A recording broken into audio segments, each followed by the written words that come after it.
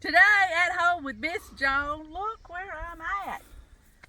President James Madison and Dolly's house. It was a thrill to get to tour this place today. Talk a little bit, Jordan, about what all we learned. Oh goodness, let's just go back and forth saying what we learned. Okay. Okay. I learned that he was the shortest president. What'd you learn? I love that I learned she was a social butterfly because I love company. Every story sounded like her. Said he would say, well, how about we have a dinner party? And she'd say, oh, yes, yay. And that's how it is at the house. Except preacher don't ever say, let's have a dinner party. It's me saying, let's have it. But anyway, I love that she loved company and loved hospitality and loved making people feel at home. And she had opened up the doors like on Wednesdays. What was it called? Squeeze-in day, where she could squeeze in as many people as she could get in there because she felt like it was people's house and not hers. I learned that. Yep. What'd you learn now? Yeah, she was like the first lady to really treat the job as what we think of as the first lady, hosting things and having charities and that type of thing that we think of first ladies doing. I already knew that, of course, James Madison was the father of the Constitutions, but that was nice to hear about that here, and you got to see the desk where he was writing on the Constitution, the Bill of Rights, and so that was really interesting to see in his library. Right. They didn't have any children, but she had been married previously, right? And she had a son, so they raised the son. You have the house, you have the slaves' quarters, and you can just walk all around, and we had the guided tour of the house, and we enjoyed it. We learned a lot. Oh yes, oh yes. And they have a really nice welcome center down here before you go on to the property. Really nice gift shop. This house is only about 35-40 minutes away from Monticello, so it works well when you're traveling to see this house and see Thomas Jefferson's house right on the same trip, which we're going to do. We're having a great time going over Virginia and seeing all of the sights and learning so very much. And we're going to pull Preacher in because he always has his unique perspective. You saw a deer on the back property. Yeah, there was a live deer in the backyard. I enjoyed that. But I enjoyed learning that James Madison was a very intelligent man. He was able to speak like 5 or 6 different languages, and he enjoyed meeting people of different countries and talking to them. He was always inquisitive as to who you are, what your background was. Didn't want to talk about himself. He wanted to learn about other people. Yeah. And he had a great knowledge about that. And people loved being around him because he was always creating conversations wherever he was. And they said his dinners sometimes would last 6 hours. Oh, yeah. And where they just sat and talked and would, discuss politics and things like that. So he must have been an interesting character. Right. The preacher and I, Jordan, we've had a wonderful day here at James Madison and Dolly's house. Give me liberty or give me death. I'm telling you, I just witnessed the best rendition or reenactment of the 2nd Virginia Convention, and it was at the St. John Church. And so they reenact what happened on the day that Patrick Henry made his famous speech. Ooh-wee. And so they only do this in the summers at the church on Sundays. And so you've really got to plan out your trip to land in Richmond on Sunday in the summer. They do it occasionally throughout the year on some holidays and things, but it's mostly done in the summertime, and it is worth your time to go there. Because, see, they had all the actors placed all throughout the sanctuary of the church. And then you could sit in there with them because we, the audience, became a part of the delegation. We were the delegates also. Yeah, the delegate. We also got to vote and everything. And you just got in right in there with it. And every actor, George Washington, Patrick Henry, Thomas Jefferson, many others. I don't know if I can name them all without reading this paper. They give you a really nice program. And what I liked about it too is it started off with them honoring all the branches. We sung their song and the Star Spangled Banner. God bless America. Beautiful organ was playing and lady was directing it. It was really moving, and all the different Army, Navy, Air Force, they all stood up, was just really respectful right before the reenactment, right? But it lasted probably how long? It's about 40 minutes. Yeah. And so when you get there, there's graves all around the church. There's some that you can look at. Edgar Allan Poe's mother is buried there. One of the signers of the Declaration of Independence is buried there. We got a picture of his grave. We did. Yeah. There's a little visitor center where, of course, you can buy some souvenirs and things, water if it's hot. And then you line up in front of the church around 1 o'clock, and you'll go in. They give you the program, and you go down to find your seat. And there's little red, what are those called? Placards, markers. Yeah. Where you can sit next to that spot, but not right there. And that's telling you if you pick that seat, you're sitting next to one of the actors, one of the delegates. Yes, it's neat. And I recommend, we sat about 4 rows back. You know, the instinct when you go to a play is, well, if I can get the front row, let me get the front row. Yeah. But this isn't a play where everything is happening on stage. No. This is something where they're talking out in the audience. And so I noticed those poor front row people, they were turned around for most of the performance trying to find who was talking. I thought we were in a good spot about 4 rows back because you had some actors in front of you and some actors beside you. It was really easy to see everybody. Yeah. Well, they had the man that was leading the conference up there. Like the president of the Yeah. Virginia Convention And was then- up front. One that moved in second on the minutes or whatever. Remember that? The rest of them were the audience. But it was so good. And you really saw their arguments, the ones that really believed it was treason against their king and those who really believed we should have the war for independence. And George Washington stood up, said if he would volunteer to lead the Continental Army, if it was needed. It just makes history come alive. And I need that because they all tease me because during history classes during high school I was talking, I guess. But just the way we've been doing these little vacations and going around historical sites, it's really helped me understand more about the sacrifice that many people went through where we could live the free country that we're in today.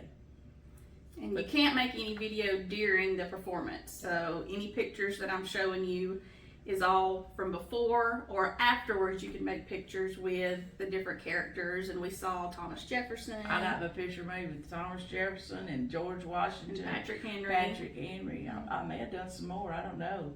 I mean, they were just so gracious and talented.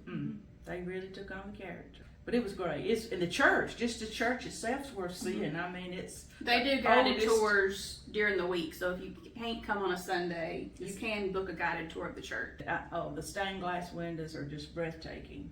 And it's just really...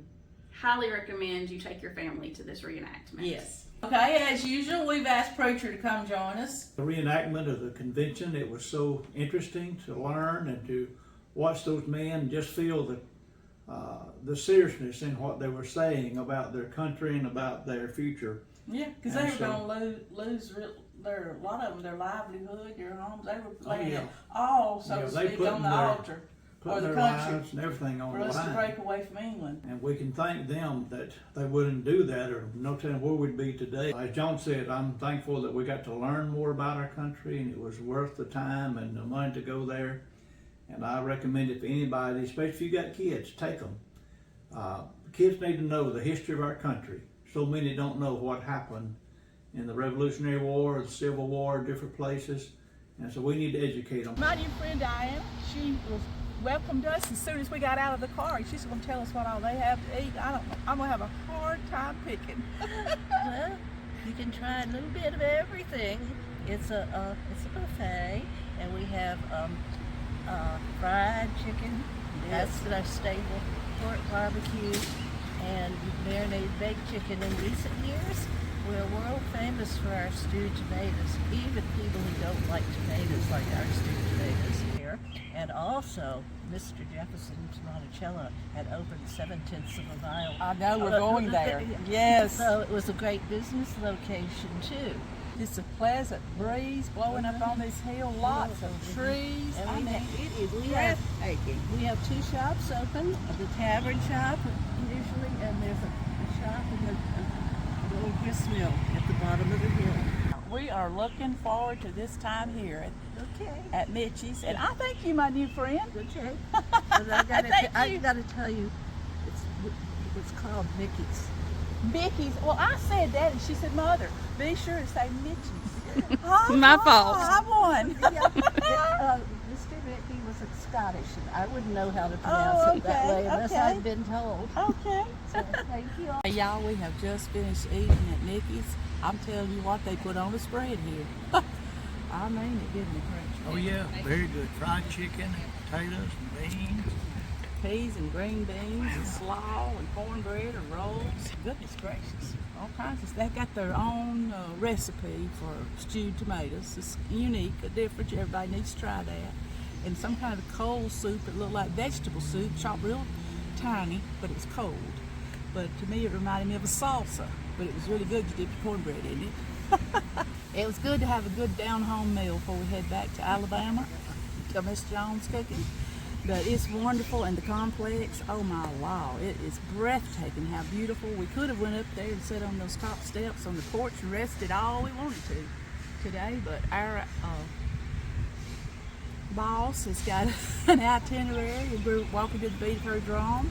But anyway, it is wonderful to come here. And you better bring your pocketbook. I'll go ahead and tell you, it's $26.95 a plate buffet, but they come around offering you seconds and thirds, and I mean, you don't leave hungry when you leave here. That is for sure. Just stop by and visit it sometime if you're ever here in where we at? Charlottesville. I tell you, she's took us many places out. When you're here in Charlottesville, be sure to come here and eat. It's right beside Thomas Jefferson's Monticello. We're here today at the home of Thomas Jefferson. I am thrilled to death to get to tour this home. All the floors and down in the bottom quarters. I think there's 5,000 acres here, and I just can't wait to learn all about it. Monticello was a very interesting tour. You started out at the visitor center, and then you got in a shuttle, and the shuttle takes you up to his house. It's just 2 or 3 minute little ride. You can also choose to walk if you'd rather walk to his house, following the signs, and then you will be told where to wait with your group for your time to enter.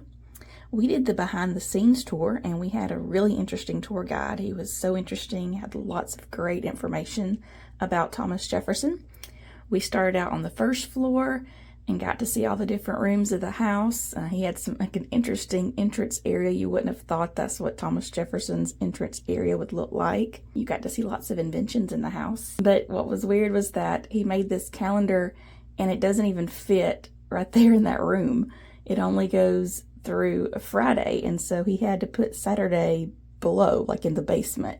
And so not all of his inventions worked out great, but we did get to see a bunch. I really liked where he had one where he could copy things, where he was making like his own little copier where he would write something and it would copy the letter. Once he's probably gonna have to climb up that ladder and switch out Jefferson's clothing. It would also be his job every Sunday morning to climb up the ladder in the entrance hall and reset Jefferson's clock. You have to pull the weights all the way back up to Sunday. And so we got to go through all the floors. I will say, if you have accessibility issues, that staircase of his is the smallest I've ever seen in my life. He didn't really believe in the aesthetics of a staircase. And so you can tell it in his house. He didn't want it to show up, and it doesn't because it's so small. I was most interested to see the dome room. You know, when you look at the nickel, when you look at Monticello, a picture of it, you can tell there's a dome. And I was interested what that looks like. And he put a lot of time and effort in his dome room. But then he didn't even know what to do with it because it was so high up in the house. Nobody wanted to go up those tiny staircases to get up there to it. And it actually just became like a storage room. So what you would think would be a focal point of the house just became storage. And what was neat though was his daughters right in the front of the dome room.